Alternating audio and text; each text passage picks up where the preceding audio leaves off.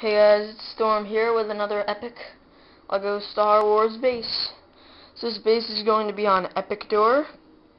As you know, it was generally a separatist planet, but the Republic set up a little base, and then they're like, hey, why don't we go start the invasion and try to deplete all the separatists from this planet? And they're trying to invade the little separatist mini control center there. But they're not doing too hot, I have to say. So yeah, let's just get started, and you know the story. And as you know, those two ships are going to come over and save the day, and they're just kind of flying side by side. And then, since I no longer have room on my desk, the Hyena droid bomber is much closer, and it's going to come over and just destroy everybody. But for now, this is just the scene of that. So I guess I will start over there. So over here, way back there, you have, that's the clone area. Like, if I had more base plates and more bricks and stuff, I would have made it extend back, but that's like a little front hallway with just like, that would just lead into the building, and it's like a long guarded hallway. And you have two Ewoks in front of that to make sure nobody gets in, because Ewoks are so deadly. Little plant foliage thing. That guy has the, oh wow, that's volume mode still. There we go. Yes, there's a good look at that. That guy has a giant turret thing that's also guarding it, but it's kind of minuscule compared to what the Separatists have. And they have a bomb squad trooper clone working on it because it overheated when it was firing the bullets, and they're like, oh, we only fired 6 trillion bullets in 3 seconds. Well, I don't know why it's overheating. So, yeah, that's the story with that, because the Republic would do that. The Republic has the ATST. The ATST kind of became a traitor, but the thing with the, ooh, you just saw that, didn't you? Yay. You know, but anyway, yeah, the ATST is kind of like, the clone opened up the hatch so that he could look out, but he's not looking up right now, and the flying droid is kind of just leaned over, is just kind of landed on top, and is leaning over with the gun pointed at the guy's head, and that guy is trying to raise his sniper up, but he's probably not going to get there in time for the flying droid before he shoots him in the face. So you just have more plants and stuff. Princess Leia, the other dude, and the sniping team, and some more plants. You got a bomb squad trooper charging up, a snow trooper on his speeder also charging up. They're just going on a giant raid, by the way, like half the building left. That dude, I forget his name, the Imperial guy, and the other guy from the trooper set. There's a nice little river here that is really one of their main borders. The other one's the bridge, but I'll show you that later. So yeah, there's a good look at that. And what's going on over here is Han Solo was just kind of chilling out when that flying droid landed with the machine gun, and now he's consistently machine gunning him in the face. He's like, oh, and he's gonna fall back and die because nobody can survive that. The Separatists at first sent the tactical droid speeder over to try and challenge the ATST. Yeah, he kind of tried to slam on the brakes a little too late. He crashed into the foot, flipped over, and crashed into his head. Now they have the assassin droid speeder going over to hopefully actually do something to it, because they kind of need that thing to go down if they want to have a chance at winning for now. Or at least they want the Republic to think that they're going to try really hard, but really they have those other 3 ships coming, so it doesn't matter how hard they try. It doesn't even matter how hard you try. You know that song. If you don't live in America. There's the clone, the regular clone, the Ewok marching up, the Wookiee, Chewbacca also marching up. They're just kind of, I'm going to get you, like that. The Gungan warriors charging up as well, and over here you have my first tree. I think I did a pretty good job with it. I have like some moss and stuff growing around it, and then I have it coming up by like a little wooden rod, and then some plants on top of it to make it look like a tree, because you know how epic trees are. And yeah, the snowtroopers charging up, some more plants, And over here what happened was the ARC Trooper was minding his own business, getting ready to go kill some droids, when all of a sudden this Mando was flying recklessly, looking at his brand new GPS that he's had for about 3 bases now, and he wasn't paying attention, so his wing chopped right into the ARC Trooper's head. The ARC Trooper tried to get away, but it was way too late, and he chopped into his head, and now he's leaning forward, and he's going to flip over and kill himself.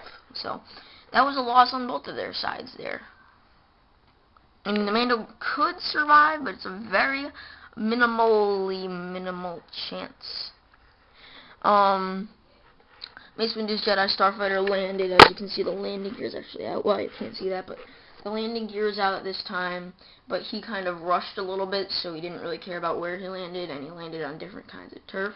And now he's running up to join the battle, which I'll show you later. The little glass thing that came off of him. This Mando from the Cadet Squad is going to charge the ARC Trooper, which isn't really a smart idea. Then you have the AT-AT pilot also on the front lines, and then you have Captain Rex, and Jar Jar Binks is like, "Ooh, look, I have a gun. What does this thing do? Pew! Oh, I think I may have killed Luminara. Oops." Kind of a thing like that. Some more greenery in the back.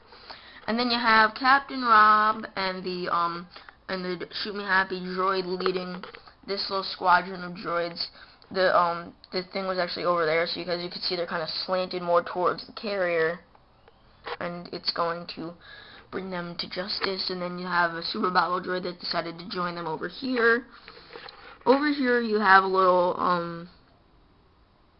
astronomic droid conference. They're discussing in great detail how the battle's going and how they plan to win this thing at all. A little plant piece, but the only problem is that lead assassin droid kinda decided to sneak up on him, and it's gonna deliver a little bit of a hit. So yeah, they might not survive the next couple of seconds. Over there you have the AT-RT. It's actually completely obliterated one of the turrets, but I'll show you that later. So yeah, there's a look at him. He has his cannon pointed at it, and he's about to bring it away. That clone is kind of driving up. He's actually going to charge the droid force speeder, but he's trying to make a turn that's really hard, and it's not really working out that well. Here's the Epic Bridge. This was the first time I did that. It connects the two base plates, and under it, Luminara put her speeder. She just kind of rode right into there, jumped out, and used her super Jedi powers to jump on top of there. And Darth Vader is acting like a boss right now. He is slicing through her arm while deflecting one of her hits. I mean, how do you do that? Yeah, please try ignoring background noise if you hear it. So yeah, and then here's a good look at the bridge. As you can see, it's very detailed. It goes up in steps over there. And there's Mace Windu. He's kind of running up to challenge Darth Vader because he knows that Luminara is going to die because she can't take on the awesomeness of Darth Vader. So he's going to go up and challenge him after. But maybe Darth Vader will just skip right past him, and then he'll be able to charge in and then run into the clone base, grab the gold, and then run back out, run back to the control center, have a shuttle get him, and then fly away from the planet in complete and utter safety. That's a very minimal chance of happening. Whoa, there's the droid carrier. Sorry, I went whoa. There's loud noises. There is a droid carrier. He's driving away because he's scared, and the AT-RT now is pointing at him because he moved right in front of where the cannon's path used to be. There is a look at the cannon, the obliterated one. As you can see, it's like, doop! Ugh. There's a little greenery. That elite assassin droid is just kind of waiting there for something to happen. He was stationed there. There's the other turret on the other side of the bridge. That guy is running over because he was originally manning that, and he saw the bullet coming, so he jumped away right in time. And I was kind of skimmering over to over here. This Mando has a machine gun, and he's like, "Oh, this gun's heavy. I don't think I can make it across to here." So, yeah. Here's the droid that guy's challenging. Oh, you're dead. That's basically what's going to happen. And the Vulture droid's kind of sneaking up behind, gonna try and get over the Mando somehow and then fly in and kill everybody. Because, you know, that's what they like to do. This flying droid is about to take off. He's the only one that hasn't actually gotten anywhere out of the 3, and he is going to just kind of launch off and then hopefully do some damage on their attack, because if they can't even get their attack to the command center, how do they think they're going to do anything? So that's kind of his mind strategy, and it's not that bad. Two little plant things of different colors. That Mando over there is kind of just riding up. That guy has a little pistol, and he's going to start running up. And then the 2 assassin droids are kind of waiting there. And that guy with the sniper is launching into the building, but it's way too far away for the other guy that doesn't have a gun. Or, wait, no, that doesn't have a sniper. Sorry, people are being annoying. But, yeah, so there's a good look at that and all those people. And these 2 stats were supposed to ride out, so they were riding out across the desert. That guy floored it once he got onto here, and so he's like, whoa, and he's trying to hang on for dear life. But if you can't even hang on to a ship that you floored, you obviously are going too fast.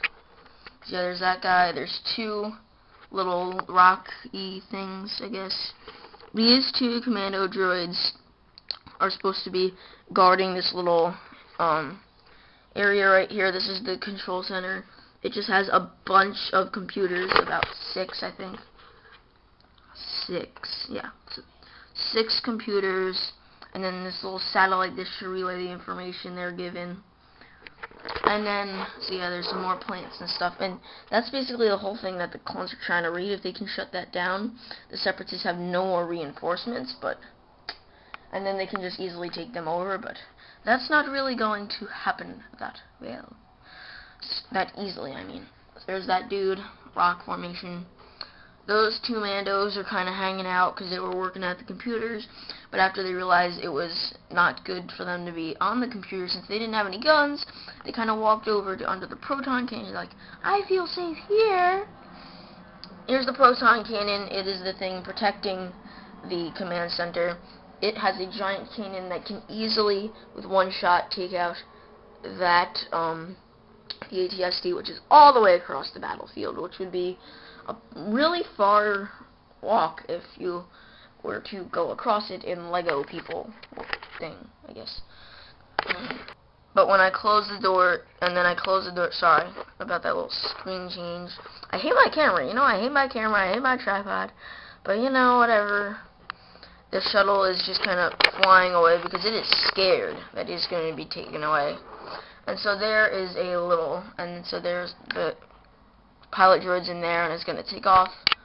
And so yeah, I hope you have enjoyed this epic base on Epiccdor. Please be sure to comment, like, subscribe, rate, fave. Bye!